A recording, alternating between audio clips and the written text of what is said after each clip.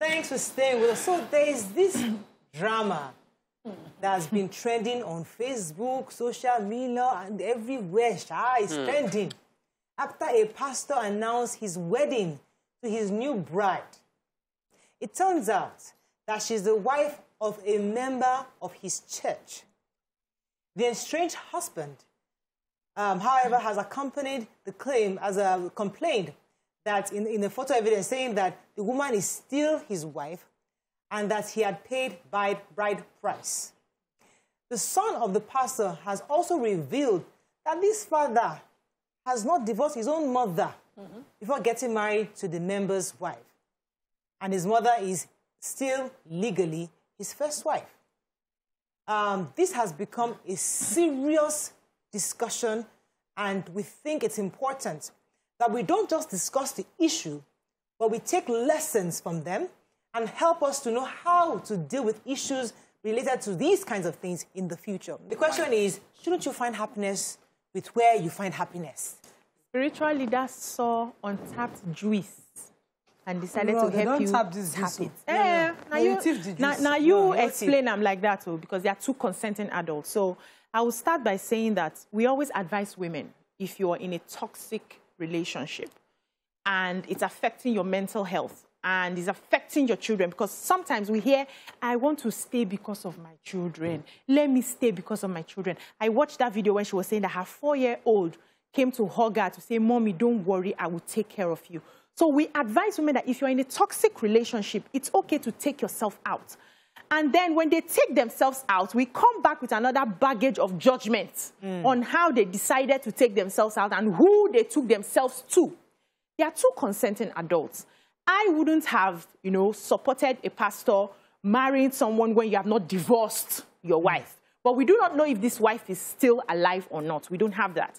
But I won't support that. I won't support a spiritual head. For instance, as a spiritual head, so to speak, if you want to make certain decisions, you need to be very careful because of the positions that you hold. And make sure that your books are clean. For cases like this, you can have something to talk about and say, this is why and why. I made sure that everything was, sorted before I went this way. You don't just wake up.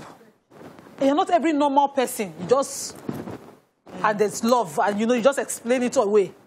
This is a member's wife. You have to have very high moral standards. And I'm going to say it carefully, because some people that are Muslims will come and say, yes, there was such an incident during the life of the Prophet. But he waited. The Rasul waited and consulted till he was divinely ordained to proceed with the marriage, I think, of Zainab, one of his wives. So why I'm saying that is, this one just woke up now. The matter is just everywhere, pepper scatter. The son is answering here, and this dirty linen being washed and the embarrassment happening, could have been avoided if you had the highest moral standards to judge yourself. Not by people judging you now. You waiting, how do you judge yourself? But why do you put yourself? Deserve to be happy? I mean, is it because of the man of your God? happiness. Nobody's disputing your happiness now. Let's not. You see these small things. Your happiness. This selfishness that we are forgetting when we say nobody else matters to your happiness. Did he see now that his son has lost, discretion, and is talking publicly about it? If your decision, that your choice that you're making in life will affect other people's life, you cannot be happy and say nobody else matters. As I am now on this set, I will not do a thing that will destroy my family name and say nobody else's happiness matters. What the man said was he saw it online. He saw the picture of his pastor being married to his wife, who has not divorced him. They were separated.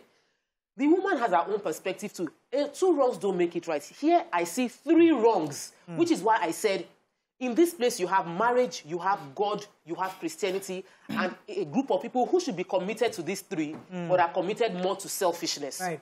Where she's seeking counsel, she's attracted to her falls in love with the pastor. With her pastor, yes. Or maybe a minister, or somebody in her church, or even her husband's friend who has been a counselor to her in this abusive marriage. Listen, and then this man beats her all the time, and she feels that there's no future with this marriage anymore. So what would we advise a woman like that in this situation? Are you not going to follow your heart and marry this person? It's good to follow heart.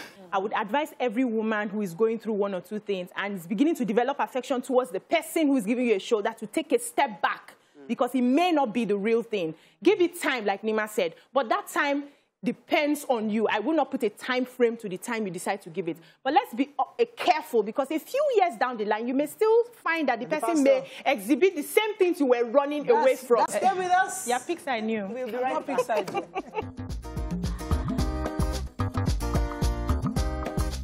Stay tuned. Your View will be right back.